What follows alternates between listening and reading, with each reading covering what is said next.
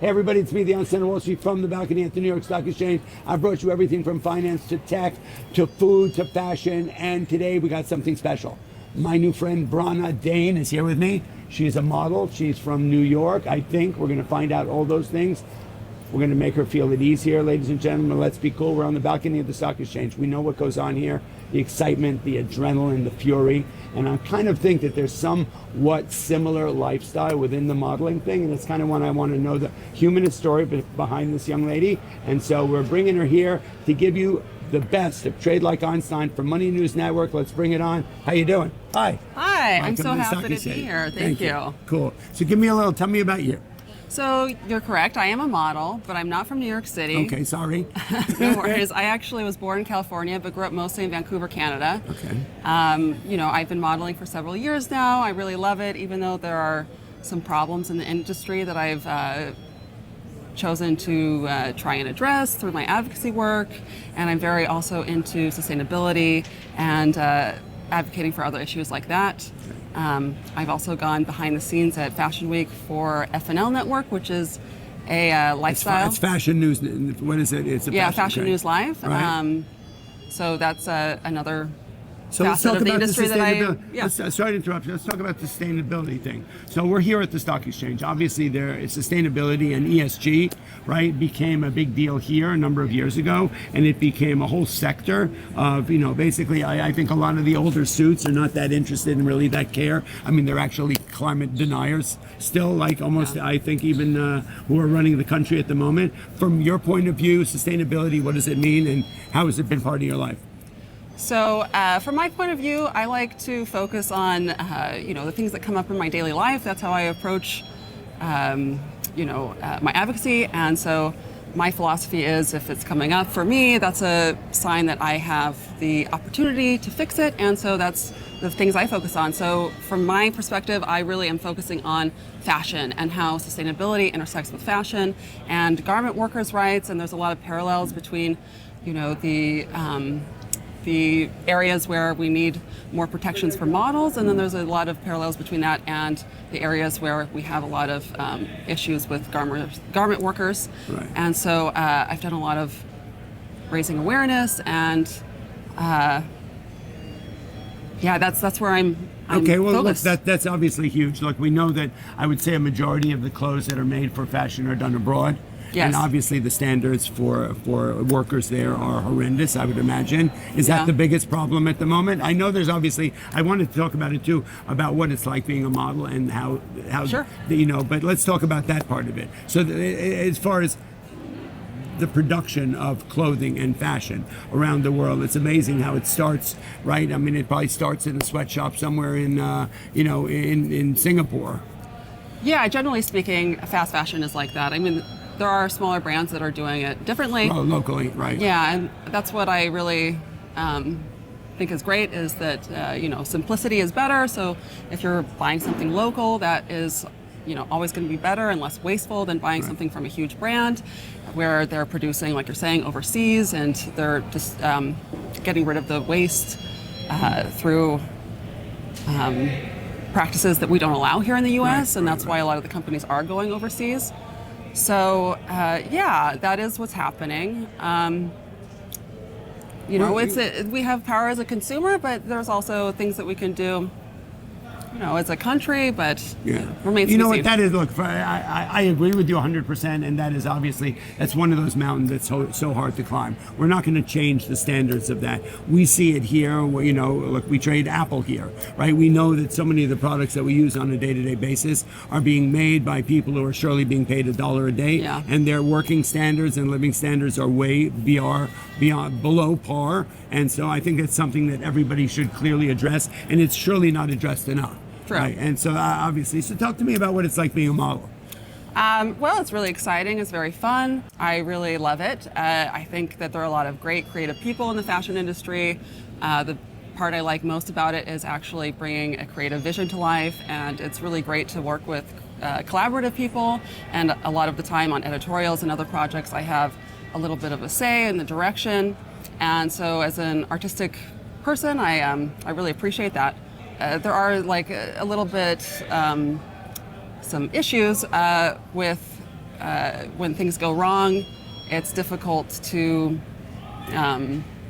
report them as a model. I mean, I'm not saying from personal experience, but I know that there are issues that exist in the industry like this that, sometimes for the agencies, the way models are being treated, the way right, models in general are being are being treated in general, is that the agency places more value on the client because financially that is their incentive, and so if the model reports some sort of inappropriate behavior from a photographer or client, then the model gets in trouble or blackballed and not the client.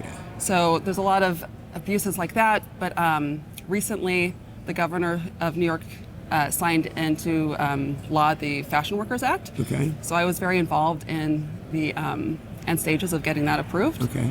And congratulations. Yeah, so I mean, what does it actually say? What does the law say? There are several things that it has codified, but they're just very basic, like overtime pay. Right. Is mandated. So affirmative contracts. So you can't just automatically infer that the contract is going to be renewed. Right. That you have access to the contracts that your agency makes on your behalf, right, with the client. So basic working standards, basic which is great, right? And it's crazy that they don't exist. It should be automatically done, and it's not. Yeah. So that's awesome. I mean, it's not like they're asking for health insurance or anything like this. It's just like the most basic. Although they should be, all that stuff should be on top of it. Yeah, I know. Yeah, for sure. Well, you want some water? Have some water. We're taking a water break. Okay. Then I want to know about Brana at the age of like 12. Tell me about you growing up and where did your creative sensibility come in? Okay. I'll try. Did I bring my water? Go ahead. Yeah. So tell me about you as a youngster. As a youngster, I was very studious. I loved to read. I loved reading different books. I loved Ian McEwan. I think that's the author's name. It's been a long time, but my favorite book was The Picture of Dorian Gray by Oscar Wilde. So I was like very into fantasy and reading and all these sorts of things. And yeah, I liked, But you're creative. Give me an idea of you as a creative. When did you start modeling? When I was pretty young, around 19. Yeah. I don't know what to tell you about this one.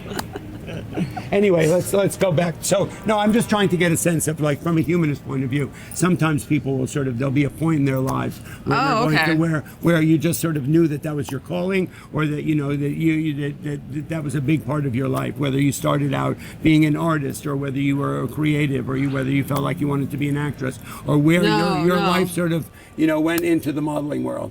Yeah, no, that's none like of that for you. No. Okay, and so tell me about growing. So you grew up in Vancouver? Yes. Yeah, growing up in Vancouver was really nice. I was very connected to nature.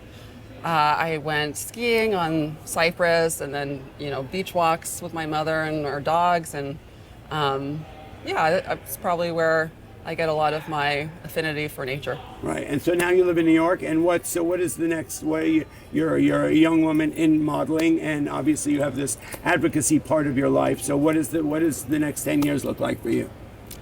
So the next 10 years for me, well, currently I do art. Funny that you should ask, but I do art, and I'm showing September 5th at the Polish Institute of Arts and Sciences in New York. All right. So I'm going to be visual painting. Painting. Okay. For that. Good. Okay. And I do some poetry on the side. So I'm So you're overall an artistic person. I'm an artistic person overall. I like lots of things. I get my mind and my fingers into many different things because I like to explore, and that's what I love about modeling too. Is it gives me lots of free time, and it exposes me to lots of different people and different ideas, and I noticed something. I read a couple of things about you, but a lot of it was focused on, like, you were featured on a number of magazines in Eastern Europe, right? It was Romania or a number of other. Is there a connection there? Is that your background, or that's just where the modeling took you? That's just where modeling took me, but I'm actually mostly Nordic, Danish, and then a quarter Turkish. So that's my that's your background. That's cool. Have you been to Norway? Never. I would like to go. Oh my God, one of the most beautiful countries With in the the world. fjords? Yeah, I Yeah. lived in Norway for a while. At the beginning of college, I was managing a bunch of jazz bands, and there are a number of great jazz festivals in Norway. Oh, So really? I went to I Norway. love Actually, jazz. fell in love with the Norwegian when I was like 17. Oh. Yeah, so that was my first inroad into Norway. But okay. Something else I'm looking at, I forgot to mention, is Yes, that I'm tell looking me. at different people or teams to help me develop a curated, sustainable marketplace online. Okay. So that's something that I'm looking at As in the far as- future.